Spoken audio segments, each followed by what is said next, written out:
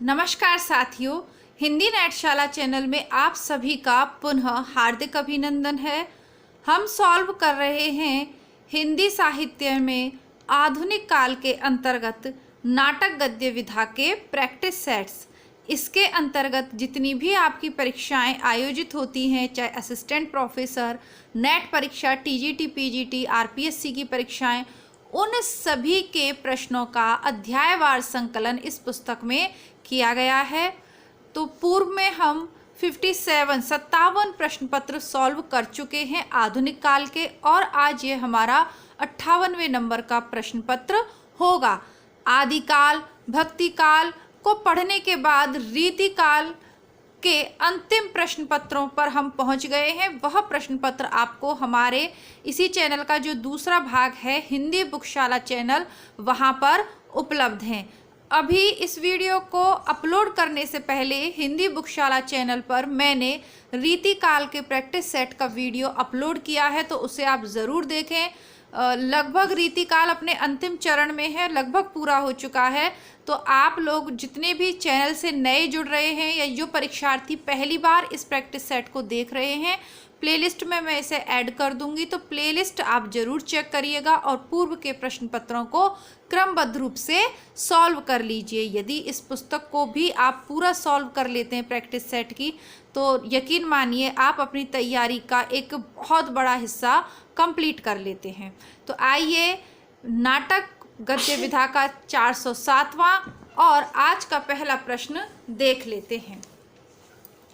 अधिकार सुख कितना मादक और सारहीन है, अपने को नियामक और कर्ता समझने की बलवती स्पृहा उससे बेकार कराती है।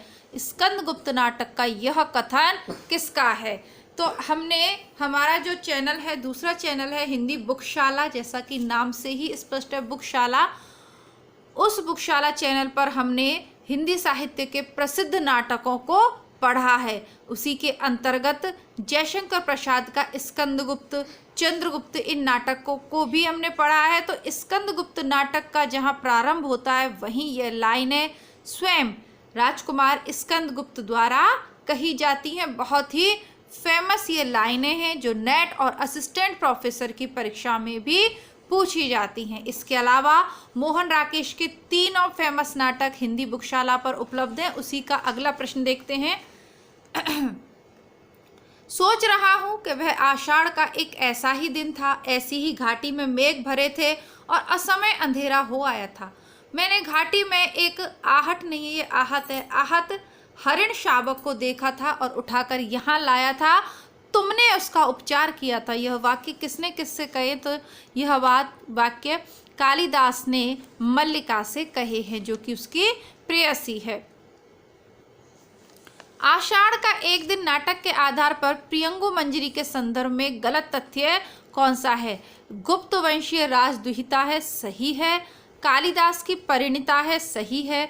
राजनीति के दाव पेचों में निपुण नहीं है, यह गलत है, क्योंकि वह एक विदुषी है, राजा की कन्या है और सभी राजनीतिक दाव पेचों से अवगत है। तो ऑप्शन नंबर 3 गलत है।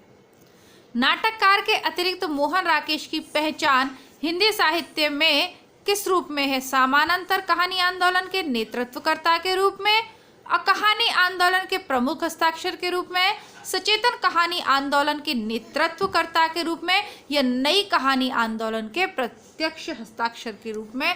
तो इसका सही उत्तर होगा नई कहानी आंदोलन के प्रमुख हस्ताक्षर के रूप में। नई कहानियों में इनकी प्रमुख कहानियां इंसान के खंडर, नए बादल, जानवर और जानवर, एक और जिंदगी और फौलाद का आकाश। एक और जिंदगी हमने इनकी दोनों चैनलों पे पढ़ी है, क्योंकि अलग अलग परीक्षाओं के सिलेबस में है। तो अपना ये जो हिंदी नेटशाला है, इसमें तो हमने सिलेबस के अंतर्गत पढ़ी है, और उसमें जब मोहन राकेश की प्रमुख कहानियाँ पढ़ी थी उसके अंतर्गत भी हमने इनको पढ़ा है।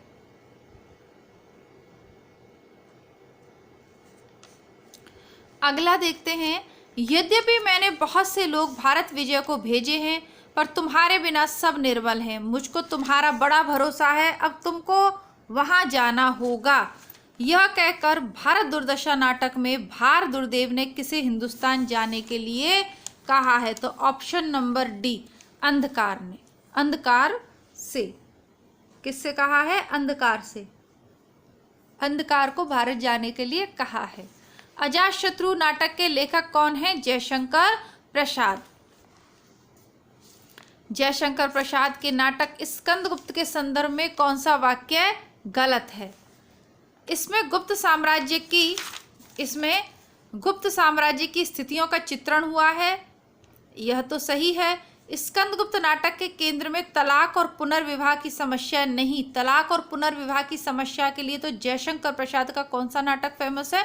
ध्रुव स्वामिनी। तो ऑप्शन नंबर 2 ही गलत हो गया। आगे फिर भी देखते हैं। ऑप्शन नंबर सी, कलात्मक उत्कर्ष की दृष्टि से प्रसाद के प्रमुख नाटकों में इस नाटक की गणना की जाती है और इसमें भारतीय और पाश्चात्य नाटक पद्धतियों का सुंदर समन्वय हुआ है। बाकी सभी सही हैं, लेकिन बी जो ऑप्शन है यह ध्रुव स्वामिनी की विशेषता है, स्कंदगुप्त की नहीं। हमारे हिंदी बुकशाला चैनल पर मोहन राकेश के प्रमुख नाटक, जयशंकर प्रसाद के प्रमुख नाटक, सिंदूर की होली, अंधायुग सहित बहुत सारे उपन्यास जो भी आपकी परीक्षाओं के सिलेबस में है, कहानियाँ क्रमबद्ध रूप से लगी हुई हैं। तो किताबों के लिए आप उसे ज़रूर चेक करें। इसके अलावा आपकी जो कंपटीशन एग्ज़ाम की दृष्टि से जो किताबें हैं, जैसे रामचंद्र शुक्ल की बुक है, आपकी रामस्वरूप चतुर्वेदी वाली बुक है, इसके अलावा वन लाइनर के रूप में सरस्वती पांडे, गोविंद पांडे है, प्रैक्टिस सेट के रूप में आपके पुराने पेपर हैं, साथ ही यूथ कंपटीशन वाली बुक है। तो ये सब आपको जो है हिंदी नेटशाला पे मिल जाएगा। कुल मिला के मेरे कहने का तात्पर्य यह है कि आप भारतवर्ष में किसी भी राज्य से, चाहे आप एंट्रेंस एग्ज़ाम की तैयारी कर रहे हो, चाहे एमए कर रहे हो, अगर विषय के रूप में आपने हिंदी का चुनाव किया है, चाहे आप असिस्टेंट प्रोफेसर कर रहे हो या राज्य स्तर पर आप आईएएस या जिस भी राज्य की आप रह रहे हो उस राज्य के आयोग की परीक्षाओं की तैयारी कर रहे हो, इन दोनों चैनल्स को ज़रूर सब्सक्राइब करके रखिएगा। आपकी सिलेबस की कविताएं, कहानियाँ, विषय वस्तु कुल मिलाकर इन चैनल्स पे उपलब्ध है और आपको उसमें सहायता ही मिलेगी। बाकी आप लोग प्लेलिस्ट चेक करते रहिएगा। भारत दुर्दशा नाटक कितने अंकों में विभाजित करके लिखा गया है? 6 अंकों में विभाजित करके भारतेंदु हरिश्चंद्र ने इसको लिखा है, जो तत्कालीन भारत की दशा एवं उत्तरदायी कारणों की विवेचना करता है। इसमें काल्पनिक व प्रतीकात्मक पात्रों का सृजन करके व्यंग्यात्मक शैली को अपनाकर एक प्रभावशाली नाटक रचा गया है। भारत दुर्दशा भारतेंदु की किस भावना का आदर्श उदाहरण है? मन की उदासीनता, पारिवारिक चिंता, बाल समस्या या देश हितैषणा। तो भारत दुर्दशा नाम से भी आपको समझ में आ रहा है, अगर नहीं भी पढ़ा है तो भी आप लिख देंगे देश की हितैषणा, देश के हित के आकांक्षा के लिए लिखा गया है।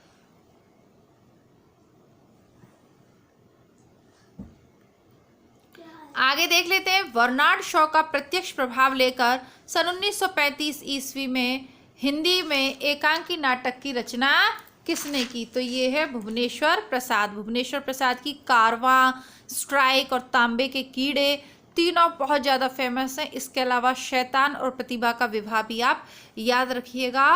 बर्नार्ड शॉ में का प्रभाव एकांकी पर, किसकी एकांकियों पर है? भुवनेश्वर प्रसाद की पे है। ठीक है, और बार बार ये तीनों तो पूछी ही जाती हैं।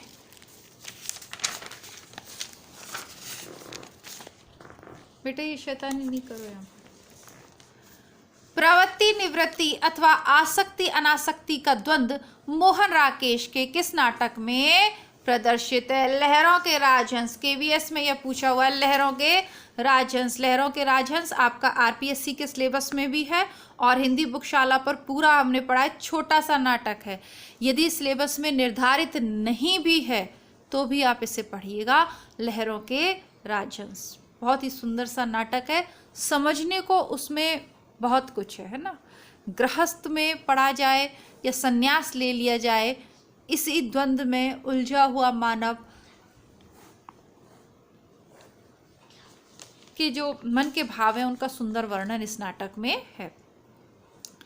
किस नाटक में कृष्ण और वेणुरति के प्रेम का प्रदर्शन है? सूर्यमुख में। तो सूर्यमुख किसका है? लक्ष्मी नारायण लाल कृत नाटक सूर्यमुख में कृष्ण और वेणुरति के प्रेम का प्रदर्शन है।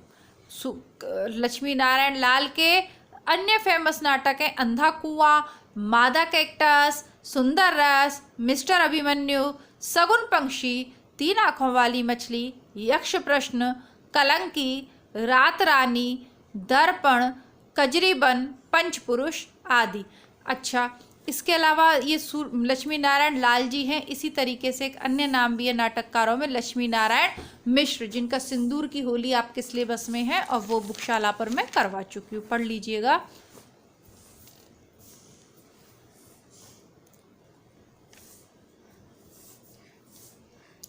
प्रकाशन वर्ष के अनुसार जयशंकर प्रसाद के नाटकों का सही अनुक्रम क्या है? तो राज्यश्री, अजातशत्रु, स्कंदगुप्त और ध्रुव, बहुत पूछे जाते हैं, देख लीजिएगा।